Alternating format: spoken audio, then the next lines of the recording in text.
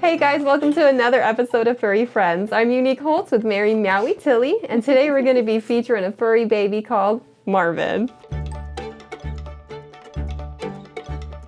And he's a playful thing, as you can tell.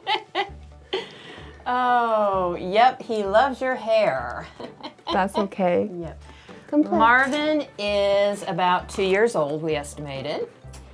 He came in, he was very skinny when he came in, and he had a lot of wounds around the back of his ears and everything. So we thought at first that maybe he might have possibly been attacked or something.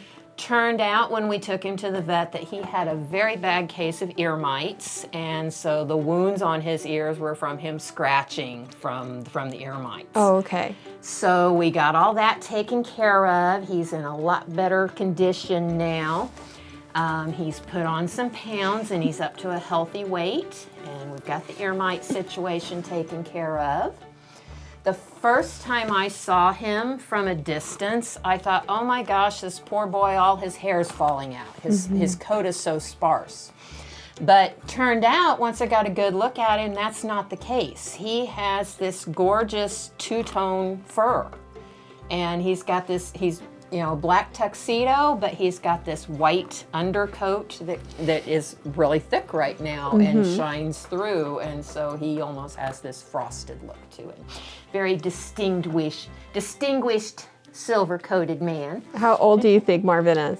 We think he's about 2. About 2, so he's still a baby. He's still young, still got a lot of life in him. He's very loving, very, very snuggly.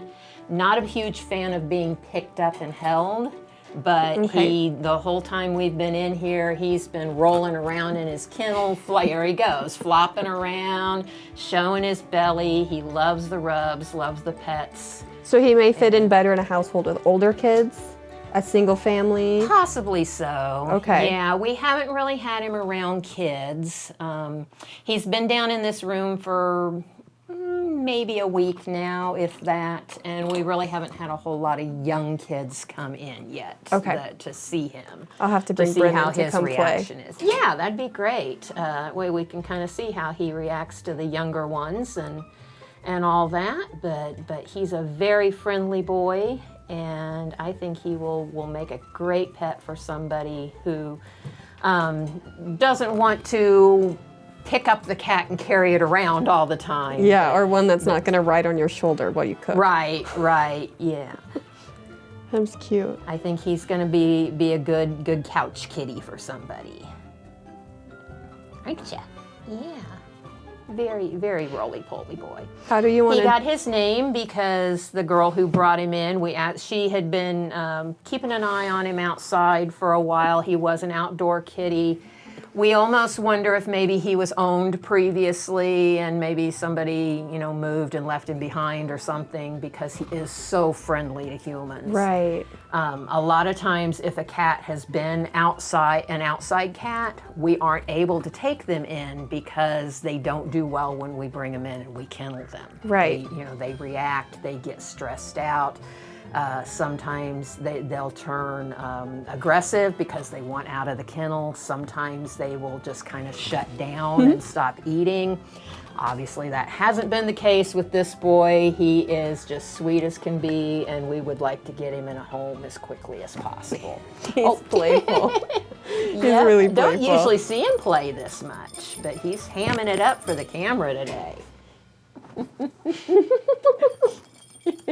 So whenever a family moves from their home and they leave a cat behind, what if that cat's chipped or abandoned?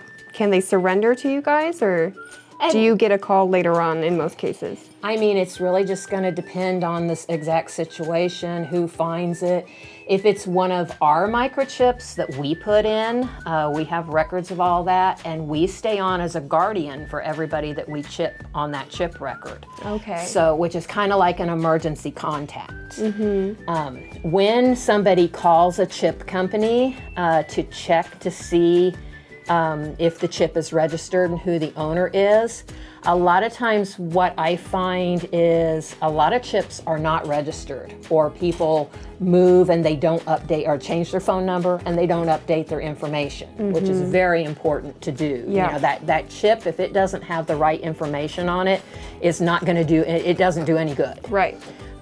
But with our microchips, we stay on as a guardian, so we get a notification anytime that anybody that we chipped is reported to PetLink as being lost or found. An email comes in for us to let us know where that animal is. That way, sometimes we do have more appropriate, more accurate information somebody has updated with us. Okay.